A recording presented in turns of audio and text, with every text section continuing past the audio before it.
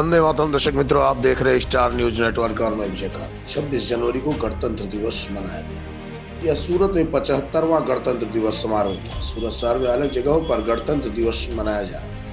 अलग अलग स्थानों पर लोगों में खुशी का माहौल दिखा और देश प्रेम के प्रति भावनाएं दिखी। सूरत पुलिस परेड ग्राउंड में जश्न का माहौल था और बहुत बड़ा जश्न का आयोजन किया गया था। इस कार्यक्रम में पुलिस की अलग प्लाटून कई साथ में परेड की।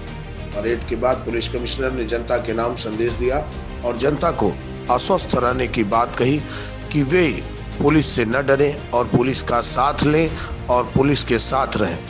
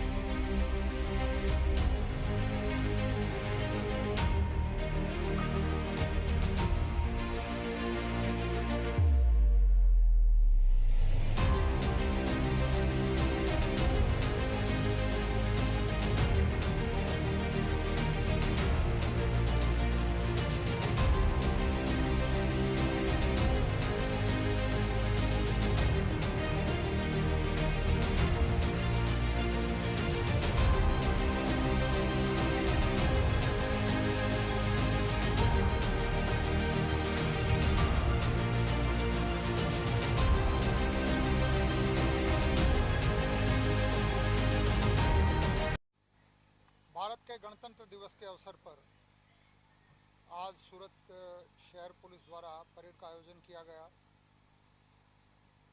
भारत जिस गति से आगे बढ़ रहा है, મને સંપૂર્ણ વિશ્વાસ છે કે બહુ ઝડપથી માનનીય વડાપ્રધાનશ્રીના તમામ સ્વપ્નો પૂરા થશે અને ભારત ઝડપભેર જર્મની અને જાપાનથી પણ આગળ નીકળશે અને 2047 સુધીમાં પહેલા બે અર્થતંત્રના સ્વપ્ન સુધી પહોંચશે। પણ પરંતુ આ તમામ સ્વપ્નો સાકાર કરવા માટે આપણે બધાએ મહેનત કરવાની જરૂર છે।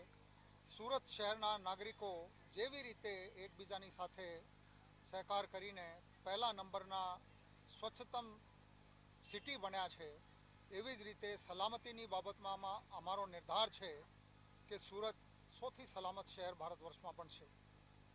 ગુના ઉકેલવાની બાબત હોય, ગુના કંટ્રોલ કરવાની બાબત હોય, કોઈ પણ ફેસ્ટિવલ, ગણેશ ઉત્સવ, નવરાત્રિ, હોળી, દિવાળી, 31મી ડિસેમ્બર, તમામ આયોજનો જેવી રીતે સુરત સિટી પોલીસ દ્વારા પૂરા પાડવામાં આવી રહ્યા છે અને જેવી રીતે સુરત શહેરના નાગરિકો પોલીસ સાથે સહકાર કરી રહ્યા છે, આ બહુ આનંદપ્રદ બાબત છે અને આ બાબતનું પણ સૂચક છે કે લોકશાહીમાં પોલીસ અને નાગરિકો એકબીજાની સાથે સહકાર કરશે તો એક બહુ સુંદર સમાજનું નિર્માણ શક્ય છે।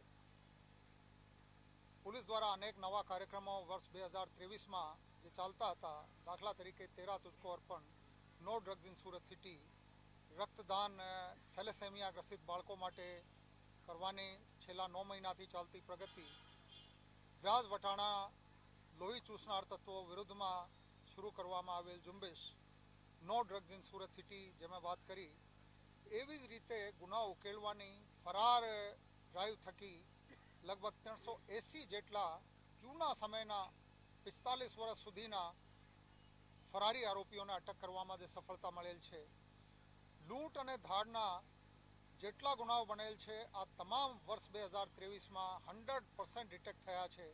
આ અનેક એવી બાબતો છે જેના થકી આ સ્પષ્ટ થાય છે કે સુરત સિટી પોલીસે આ શહેરને સુરક્ષિત બનાવવા માટે બહુ મહેનત કરેલી છે.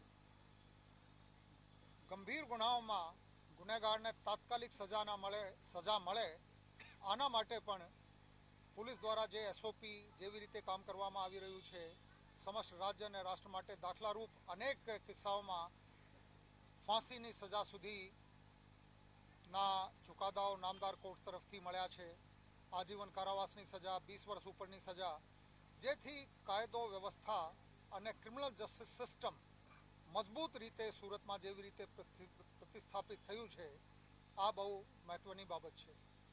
એક વખત ફરીથી આપણે નિર્ધાર કરીએ કે રાષ્ટ્રના જેટલા સ્વપ્નો છે એને પૂર્ણ કરવા માટે આપણે પોતપોતાની રીતે મહેનત કરીશું, પોતાની જાતને વધારે શ્રેષ્ઠ બનાવીશું અને સુરત સિટી પોલીસ નાગરિકોની સુરક્ષા અને સલામતી માટે વધુમાં વધુ સારી કામગીરી કરશે, આ સંકલ્પ હું દોહરાવું છું. જય હિન્દ. आगे की जानकारी के लिए बने रहे, देखते रहे स्टार न्यूज नेटवर्क. जय हिंद, जय भारत.